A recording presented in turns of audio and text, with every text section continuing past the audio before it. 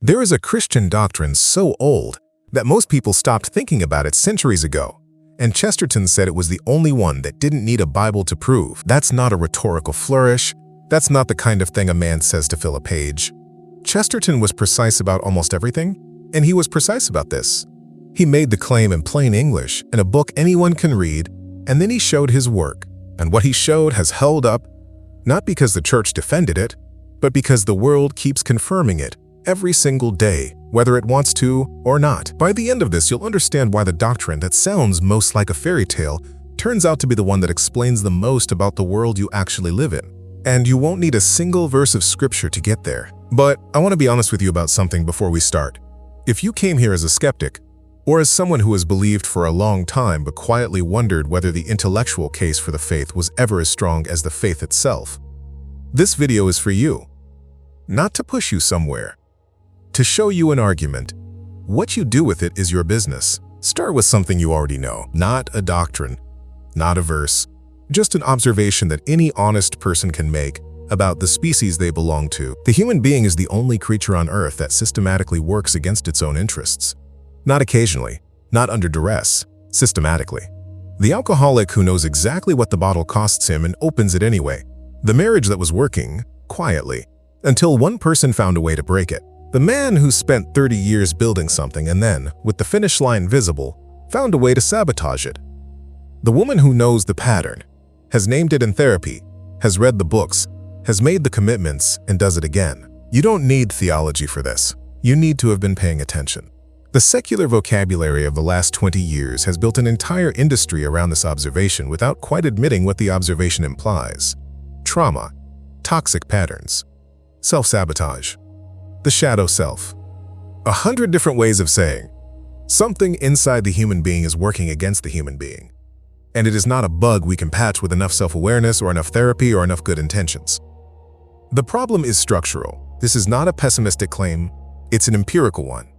The evidence is not in ancient texts, it's in your own memory, if you're honest about it. The thing you did that you knew, even while doing it, was going to cost you. The version of yourself that showed up when the pressure was high enough, or the temptation was close enough, or the justification was clever enough. And that version was not who you thought you were.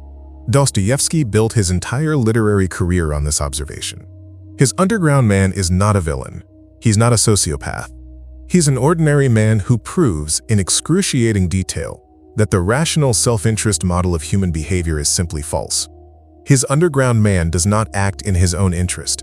He acts against it, deliberately, to prove he's free. Dostoevsky never used the words original sin. But the structure he described, the human will bent against itself, choosing destruction over flourishing with full knowledge of what it's doing. That is the thing the doctrine names. The modern world looked at this pattern and said, it must be the environment. Fix the environment and you fix the person. Give people enough education, enough resources, enough rational structure, and the bent will straighten itself out. It's a reasonable hypothesis. It has the virtue of optimism. And there's a version of it. Limited, careful, empirical. That's partly true. Education helps. Resources help. Structure helps. But there's another version of the hypothesis. The bolder version. The one that says, the problem isn't structural. It's cultural, historical, accidental.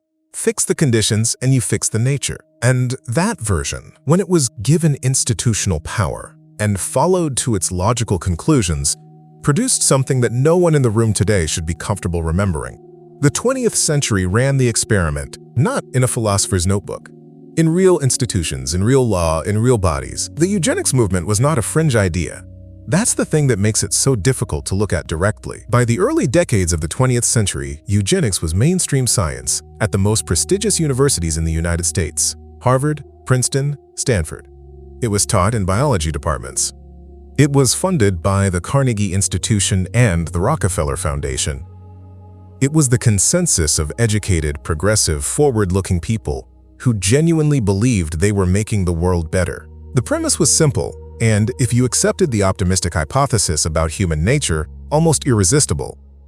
If human beings are not corrupted by anything intrinsic, if the problem is always external, always correctable, then the right intervention in the gene pool would eventually produce a population without the old dysfunctions: poverty, crime, mental illness, what they called degeneracy.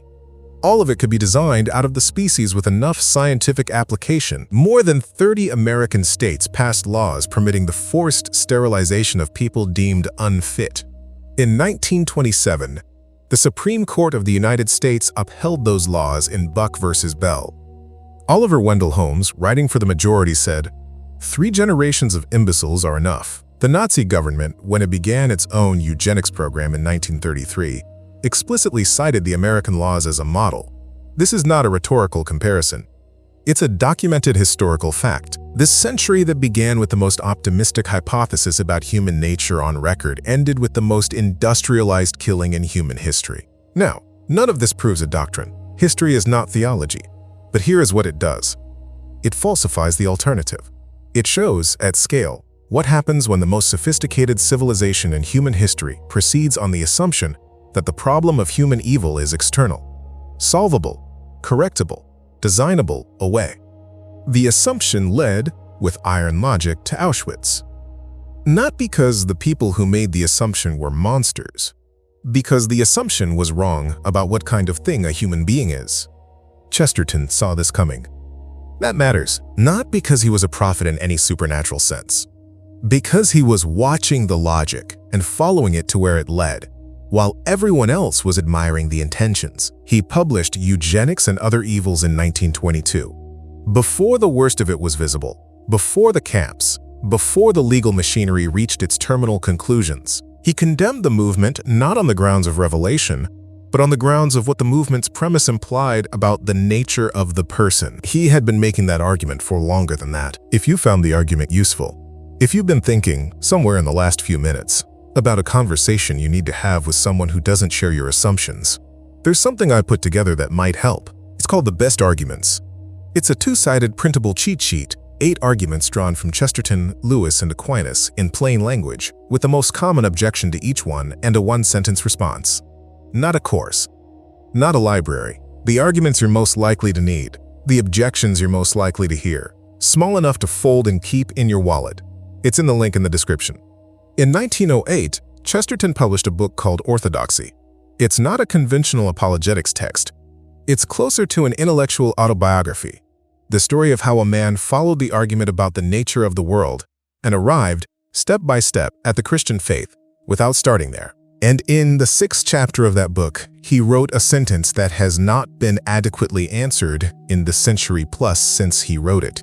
He was addressing the theological modernists of his era, the progressive Christians who wanted to update the faith by softening its harder edges, making it more palatable to the secular optimism of the age. And the doctrine they most wanted to soften was this one. He wrote, "Certain new theologians dispute original sin, which is the only part of Christian theology which can really be proved." Read that slowly. Not the most important part, not the most central part, the only part that can really be proved. He was not being rhetorical. He was making a specific epistemological claim that, unlike the resurrection, unlike the Trinity, unlike the virgin birth, all of which require an act of faith applied to events outside ordinary experience, the doctrine of original sin requires nothing more than honest observation. You can verify it without a Bible. You can verify it without a church. You can verify it by reading a newspaper or by being honest about your own history, or, if you want to be thorough, by surveying what happened when the most scientifically advanced civilization in history tried to build a world on the assumption that the doctrine was wrong. But Chesterton's argument goes further than that. And this is the part that most people miss, because they stop at the pessimistic reading. The doctrine of original sin does not say that the human being is worthless. It does not say that the human being is irredeemably broken, or that nothing he does has value, or that his impulses toward beauty and justice and love are fraudulent. It says something more precise, and more strange, and in the end, more consoling than any of the alternatives. It says the human being is a creature who is made for something excellent, and who is, at the same time, bent.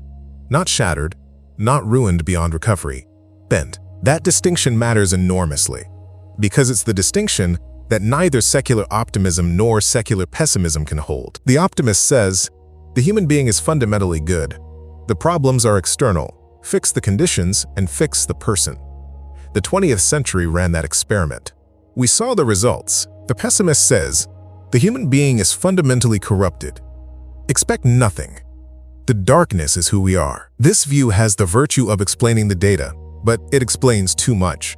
It cannot account for the fact that the same species that built the camps also ran into burning buildings to save strangers, that the same century that produced the Gulag also produced Solzhenitsyn, that the same underground man who chooses destruction over flourishing also writes, with his other hand, the most honest account of why he did it. The doctrine of original sin holds both at once, and it holds them without lying about either. The human being is genuinely capable of nobility, and there's something in him that is genuinely bent toward destruction. These are not contradictory observations. They're the only account of the evidence that doesn't require you to look away from part of it. Chesterton called this the doctrine that explains the world as it actually is, rather than as we wish it were. And his point was not that this should make us despair. His point was almost exactly the opposite. A diagnosis that fits the symptoms is the beginning of a cure. A diagnosis that requires you to deny half the symptoms, either the half that shows human dignity or the half that shows human failure, keeps you permanently lost.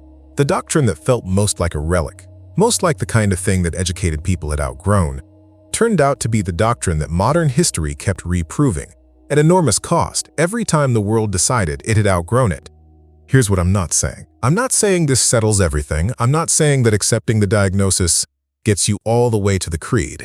There's a long road between something in the human being is bent and therefore the resurrection happened.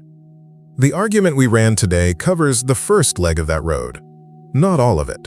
I'm also not saying that Chesterton had no blind spots, or that the tradition he represented got everything right, or that intellectual agreement with the doctrine is the same thing as living it. It isn't. What I am saying is this: the argument holds. The doctrine that sounded most fragile, the one that cultured people in 1908 wanted to quietly retire, the one that sounds to modern ears like medieval embarrassment, turned out to be the one the 20th century kept writing in blood. And that means something.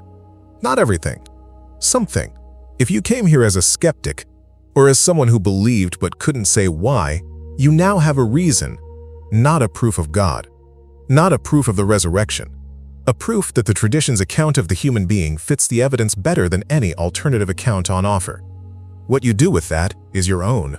The next question, and it is a smaller question but a deeper one, is this: if this doctrine resists the test, what does that say about the tradition that held it when everyone else was letting it go?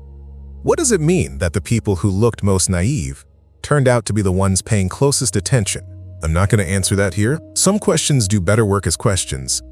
Tell me this.